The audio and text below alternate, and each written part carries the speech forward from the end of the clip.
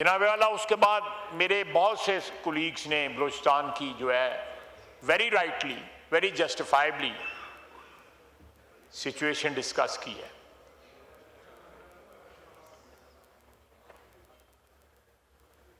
ये जो सिचुएशन जो है ये कल परसों तरसों अनफोल्ड नहीं हुई या पैदा नहीं हुई, इसमें बहुत से लोगों की कंट्रीब्यूशन है।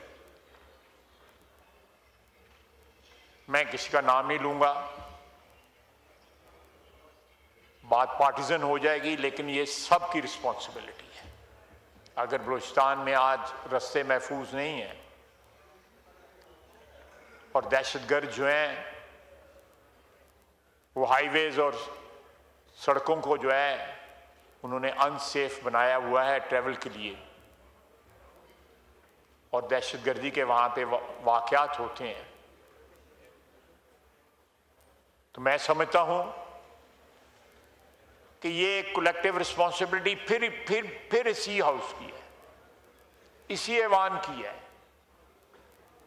मैं अपने उस तरफ फाइल के उस तरफ के भाइयों को एक्यूज करूं कि आपके दौर में क्या हुआ था, या वो हमें एक्यूज करें, लेकिन it goes back to 50s, जब पहाड़ों से लोगों को नीचे बुलाया गया और उनके साथ जो भी एग्रीमेंट हुआ था उसको रिनेग किया। कोई इसका सॉल्यूशन ढूंढना है तो वो कलेक्टिवली ढूंढना पड़ेगा। ये नहीं कि हम अपना दामन जो है आग से बचाते रहें, चाहे किसी और का दामन जो है उस आग से जल जाए। ये मसला किसी एक पार्टी का नहीं है, किसी एक सूबे का नहीं है। अगर बलूचिस्तान में प्रॉब्लम्स हैं, दहशतगर्दी है वहां पे, तो मेरा ख्याल है कि जिम्मेदारी जो है हम सब की कलेक्टिव जिम्मेदारी है और इसका हल होना चाहिए, और ऐसा हल होना चाहिए जो बलूचिस्तान की आवाम को, चाहे वो पश्तून हैं या बलोची हैं, उनको एक्सेप्टेबल हो।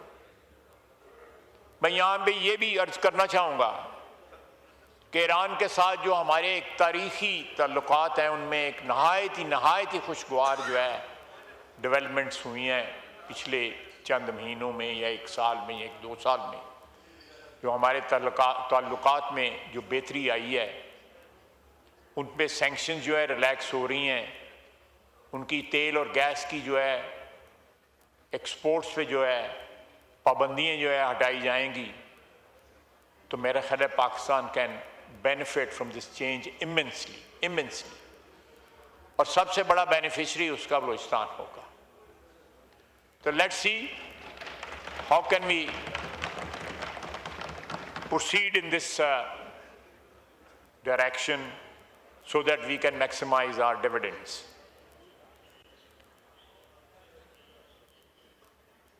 जनाब वाला, अफगानिस्तान का मसला बहुत से लोगों ने शिकायत की कि जी हमें उनसे नेगोशिएट करना चाहिए अफगानियों,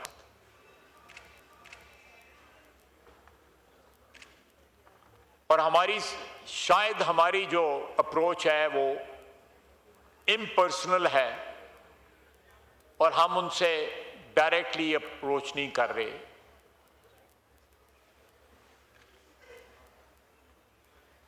इस पर बड़ी डिटेल बात मेरे भाई हैं, तो छोटे भाई, लेकिन मैं उनको बुजुर्ग ही समझता हूँ, मौलाना फजल रहमान साहब ने भी जिक्र किया, वो वहाँ पे गए भी थे।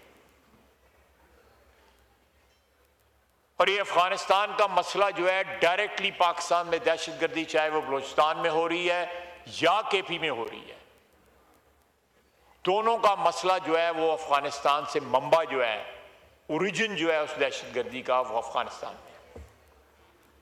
ये शिकायत कि हमने उनसे राब्ता नहीं किया,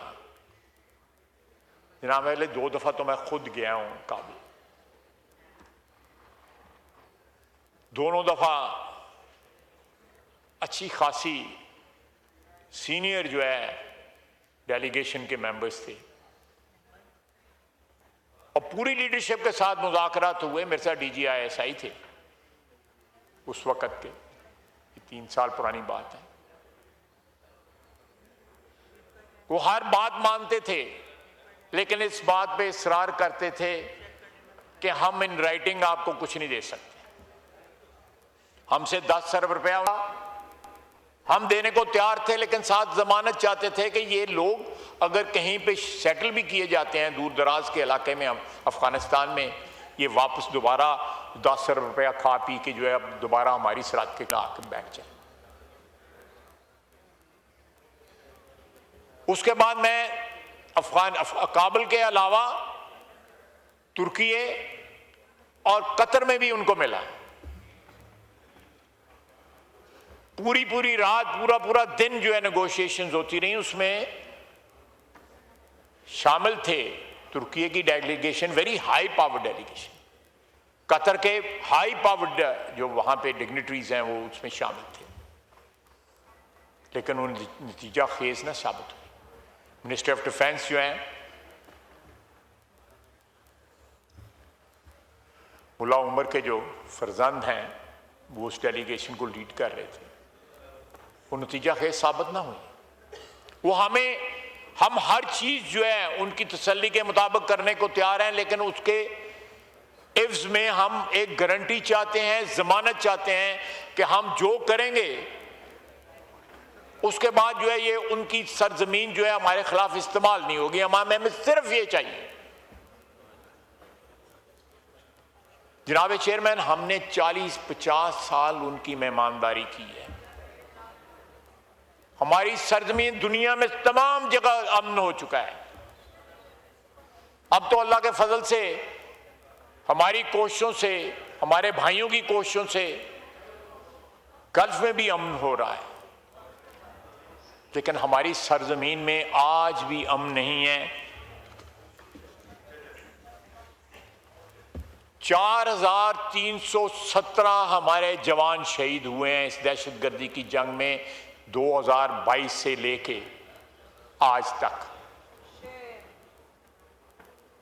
4000 जिसमें हमारे फौजी भी हैं, एलईएस भी हैं और सिविलियंस भी हैं।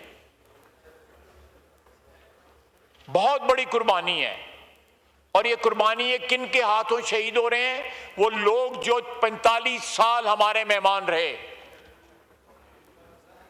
जनाब चेयरमैन, उन्होंने नमक खाया मेरी मिट्टी का और आपकी मिट्टी का और हम सबकी मिट्टी का।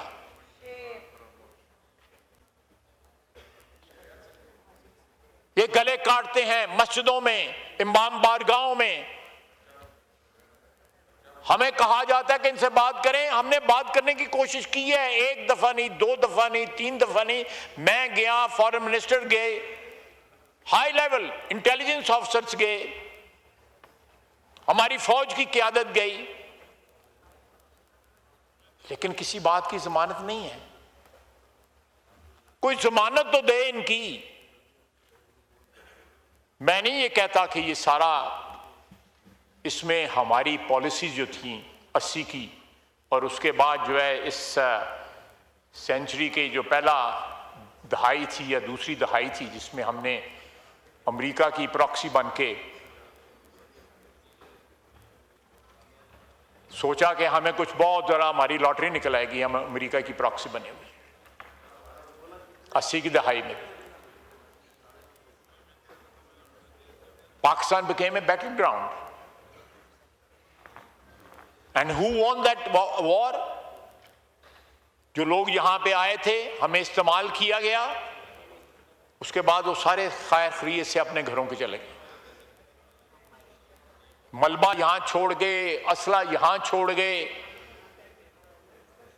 उसके तमाम तर जो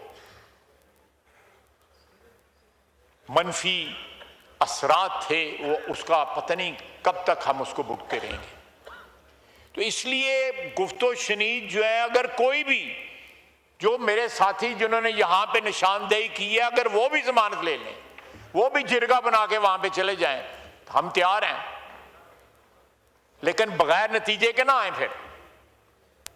या अगर नतीजा लेके आए तो उसकी जमानत भी लेके आए, क्योंकि हम तो सारा कुछ कर चुके हैं और नाकाम हुए हैं उनसे जमानत लेने की, या उनसे कोई वादा लेने की, या उनसे कोई श्योरिटी लेने की। ये पॉइंट स्कोरिंग के लिए ये मसला ना इस्तेमाल करें। ये 2 नस्लें ऑलरेडी इसके नताइज भुगत रही हैं और खुदा न खास्ता इम्कानात मौजूद हैं कि आइंदा आने वाली नस्लें भी इसके नताइज भुगतेंगी। जो हमने 70 में फैसले किए, 80 में फैसले किए, जनरल मुशर्रफ के वक्त फैसले किए, ये उसका डिविडेंड है। ये 4317 पिछले 3.5 साल में जो शहीद हुए हैं, मैं किसके हाथ पे अपना लहू तलाश करूं? तमाम शहर ने पहन रखे हैं दस्ताने, ये किसके हाथ पे अपना लहू तलाश करें? ये लोग जो हैं, मैंने परसों 21 जनाजे भुगताए हैं, 21 जनाजे। प्राइम मिनिस्टर, फील्ड मार्शल, सारी सिविलियन और मिलिट्री क़यादत वहां पे मौजूद थी, जिसमें 2 मसीही थे।